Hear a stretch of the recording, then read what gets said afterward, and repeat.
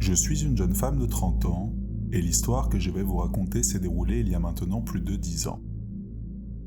À l'époque, je vivais encore chez mes parents et je souhaitais déménager pour pouvoir enfin prendre mon indépendance. J'ai donc regardé les annonces en ligne pendant plusieurs jours, mais j'ai malheureusement eu du mal à trouver des offres intéressantes qui satisfaisaient autant mes attentes que mon porte-monnaie. Après environ 2 semaines de recherche intensive, j'ai finalement trouvé une annonce intitulée « Colocataire recherché, femme uniquement ». J'avais déjà vu ce genre d'annonce au préalable, et celle-ci ressemblait à toutes les autres que j'avais lues, à l'exception qu'elle rentrait parfaitement dans mon budget et que le bien proposé semblait convenir à merveille. L'annonce proposait une chambre dans une maison pour environ 225 $ par mois, dans un quartier résidentiel situé dans la banlieue proche, à proximité immédiate de toutes les commodités. Le prix proposé était vraiment très intéressant comparé à toutes les autres annonces que j'avais pu voir, et j'ai tout de suite été intéressé par cette offre. L'occupante se présentait comme une étudiante de 23 ans, qui n'était pas à l'aise avec le fait de vivre avec des hommes, ce qui expliquait le titre de son annonce. Il était spécifié que la nouvelle colocataire aurait sa propre chambre et sa propre salle de bain, et que les parties communes du logement étaient autrement partagées entre les occupants de la maison. La seule chose qui me dérangeait cependant était que l'annonce ne contenait qu'une seule photo de la façade de la maison. Au fond de moi, j'avais l'impression que cette offre était trop belle pour être vraie. Mais étant donné que j'avais tendance à être un peu trop crédule et que je souhaitais vraiment déménager, j'ai décidé de passer outre mon impression et j'ai envoyé un email. Je ne m'attendais pas forcément à recevoir de réponse vu que l'annonce datait déjà de plusieurs jours, mais dans les 30 minutes qui ont suivi mon mail, j'ai entendu une notification sur mon ordinateur et j'ai vu que la locataire m'avait déjà répondu. L'occupante m'a proposé de visiter la maison dès le lendemain et m'a indiqué que comme elle travaillait jusqu'à tard le soir, elle ne pourrait pas se libérer avant 20 h. J'ai trouvé que l'heure était un peu étrange pour organiser une visite de domicile, mais comme je l'ai dit avant, j'étais malheureusement trop crédule et j'ai répondu en lui disant que j'étais disponible et que je me réjouissais de pouvoir visiter la maison. Le lendemain, je me suis rendu au rendez-vous en voiture. Tandis que je passais dans le quartier, je me projetais déjà habiter dans celui-ci. L'endroit était vraiment parfait, composé de plusieurs maisons individuelles parfaitement entretenues, et le tout respirait la tranquillité et la sécurité. J'ai continué pendant quelques minutes, un peu hébété d'avoir trouvé un endroit aussi génial à un prix aussi dérisoire, jusqu'à ce que j'arrive à l'adresse indiquée. Alors que je m'arrêtais devant la maison, j'ai vu que celle-ci déteignait sur l'ambiance globale de l'endroit. La bâtisse était jolie, mais semblait relativement négligée comparée aux autres. Le jardin n'était pas du tout entretenu et était recouvert de mauvaises herbes et de détritus divers. Les fenêtres semblaient sales et les murs avaient définitivement besoin d'un bon coup de nettoyage. Je suis resté quelques instants dans ma voiture, un peu déçu de la vue qui s'offrait devant moi, en revérifiant bien l'adresse que j'avais écrite sur un morceau de papier pour voir si je ne m'étais pas trompé d'endroit.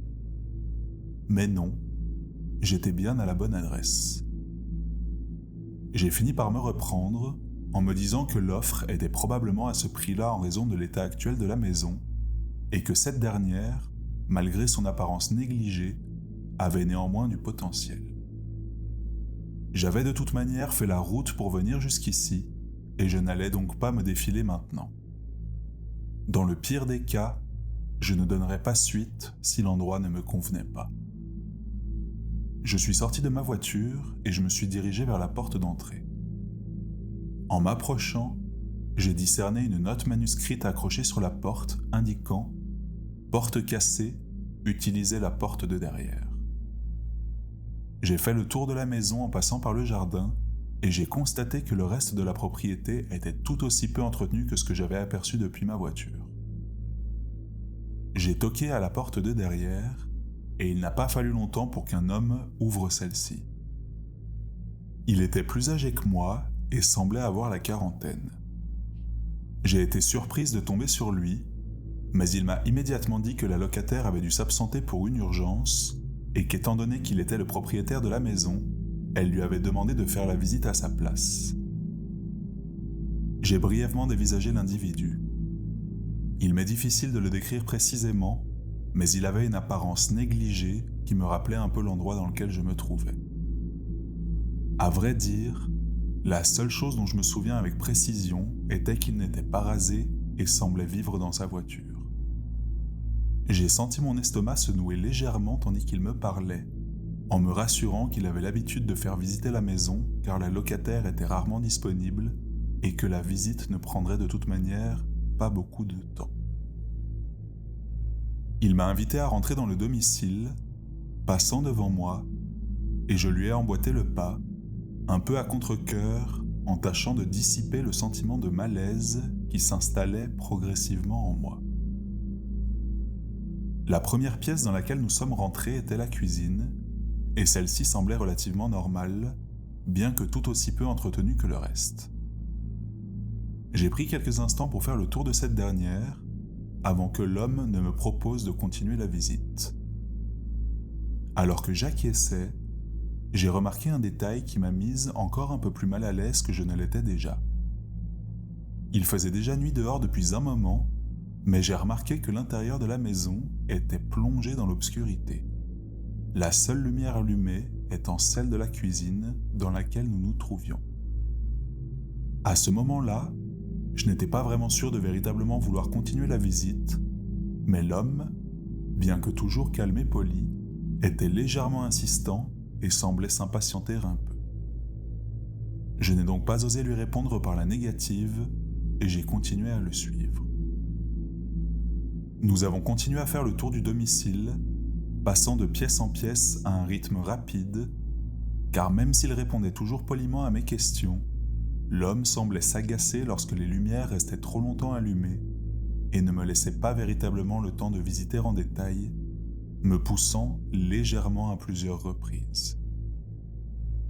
Un autre détail dont je me suis rendu compte seulement après plusieurs longues minutes était que le logement était totalement dépourvu de meubles. Je n'y avais pas prêté attention à la base, mon attention étant plutôt focalisée sur l'individu qui me guidait, mais maintenant que j'avais pris conscience de ce détail, le nœud dans mon estomac n'a fait que de s'empirer et je me suis senti définitivement mal à l'aise. Malgré cela, j'ai fait de mon mieux pour ne pas montrer à l'homme comment je me sentais, m'efforçant de garder une attitude parfaitement détendue et laissant même échapper plusieurs commentaires positifs en lui disant que je trouvais l'endroit parfait et que j'étais très intéressé. La visite touchait à sa fin et le propriétaire avait refusé d'ouvrir une des pièces attenantes au salon, affirmant qu'il s'agissait de la chambre de la locataire et qu'il ne voulait pas empiéter sur sa vie privée. Alors que nous traversions le couloir en direction de la cuisine, mes yeux se sont posés sur la porte d'entrée et j'ai vu qu'elle était couverte par une planche cloutée, ce qui expliquait la note que j'avais retrouvée à mon arrivée. Tous ces détails étranges commençaient réellement à s'accumuler et mon niveau d'inquiétude était désormais au maximum. J'ai donc décidé d'abréger la visite au plus vite, en expliquant poliment que j'allais malheureusement devoir partir et que je lui donnerais une réponse très prochainement pour lui dire si je décidais de poser ma candidature. Alors que je prononçais ces mots, l'individu a semblé se réveiller tout à coup et il m'a dit qu'il avait totalement oublié de me montrer le sous-sol, prétextant que celui-ci avait été aménagé en salle de jeu depuis peu et que je devrais y jeter un coup d'œil. Nous nous trouvions toujours dans le couloir entre le salon et la cuisine, et dans celui-ci se trouvait justement la porte qui menait jusqu'au sous-sol. Il a ouvert celle-ci sans même attendre ma réponse, obstruant le chemin qui menait jusqu'à la cuisine et à la porte de derrière. J'ai jeté un bref coup d'œil et j'ai vu que le sous-sol était plongé dans le noir complet. Je me suis alors retourné vers l'homme et ce dernier arborait un sourire étrange, m'invitant à descendre les escaliers en me faisant signe de passer devant lui. Ce qui s'est passé ensuite n'est rien d'autre qu'un immense coup de chance. J'ai distingué le bruit d'une voiture qui se garait dans la rue devant la maison et j'ai subitement entendu la sonnerie de mon téléphone retentir pour m'indiquer que je venais de recevoir un SMS. J'ai prétexté qu'il s'agissait d'un appel et j'ai fait mine de décrocher mon téléphone et de répondre à mon interlocuteur, bien que je savais évidemment que personne ne se trouvait à l'autre bout du fil. J'ai parlé d'une voix haute pour être sûr que l'homme qui se trouvait à côté de moi entende ma fausse conversation, en expliquant à mon interlocuteur imaginaire que l'endroit était génial et que j'allais sortir par la porte de derrière pour aller le chercher afin qu'il puisse voir le logement par lui-même. J'ai vu du coin de l'œil que l'homme me regardait maintenant d'un air perplexe, comme si ma conversation le perturbait. J'ai fait semblant de raccrocher et, avec assurance, je me suis brièvement excusé auprès du propriétaire en lui expliquant que je revenais aussi vite que possible et j'ai filé par la porte de derrière. Une fois à l'extérieur, j'ai jeté un bref coup d'œil derrière moi pour vérifier que l'homme ne m'avait pas suivi, puis je me suis précipité vers ma voiture. J'ai démarré en trombe et j'ai filé à toute allure à mon domicile. Quand je suis rentré chez moi, j'ai tout raconté à mes parents et nous avons décidé d'appeler la police. Ils ont pris ma déposition et ont pris la décision de se rendre à la maison pour aller enquêter plus en détail. Un peu plus tard dans la soirée, j'ai voulu regarder l'annonce à nouveau sur mon ordinateur et j'ai vu qu'elle avait été supprimée. Quelques jours plus tard, la police nous a fait un retour détaillé de ce qu'ils avaient appris. La maison avait été saisie plus de 6 mois auparavant et la propriété avait depuis été abandonnée. Lorsque la police s'est rendue sur place, les agents ont découvert que la pièce fermée dans laquelle l'homme ne voulait pas que je rentre était celle où il avait séjourné. Il y avait une pile de vieilles couvertures sales, de la nourriture pourrie et des bidons vides partout. Ce que j'ai trouvé encore plus terrifiant, c'est qu'il avait collé des centaines de photos de femmes dénudées sur tous les murs de la chambre. La partie la plus effrayante était le sous-sol. L'homme avait attaché une fine ficelle de pêche à la hauteur des tibias en travers des escaliers, à peu près à mi-chemin. Le sous-sol était vide, à l'exception d'une autre pile de vieilles couvertures, d'un manche à balai enveloppé dans des ceintures de cuir et d'une paire de menottes rattachées à un vieux radiateur soudé au mur du sous-sol. La police nous a expliqué que malheureusement, malgré toutes leurs découvertes, ils n'avaient pas réussi à mettre la main sur l'individu, qui avait pris la fuite avant leur arrivée. Il va sans dire que je n'ai finalement pas emménagé là-bas. En fait, je suis même resté chez mes parents encore quelques années, terrorisé par cette expérience. Je n'ai également plus jamais osé faire de visite seul, et j'y vais désormais toujours accompagné de quelqu'un. De plus, je me méfie maintenant des offres trop alléchantes sur Internet, et je préfère ne plus répondre aux annonces trop belles pour être vraies, afin de ne jamais devoir me retrouver dans le sous-sol d'un potentiel psychopathe, menotté à son radiateur.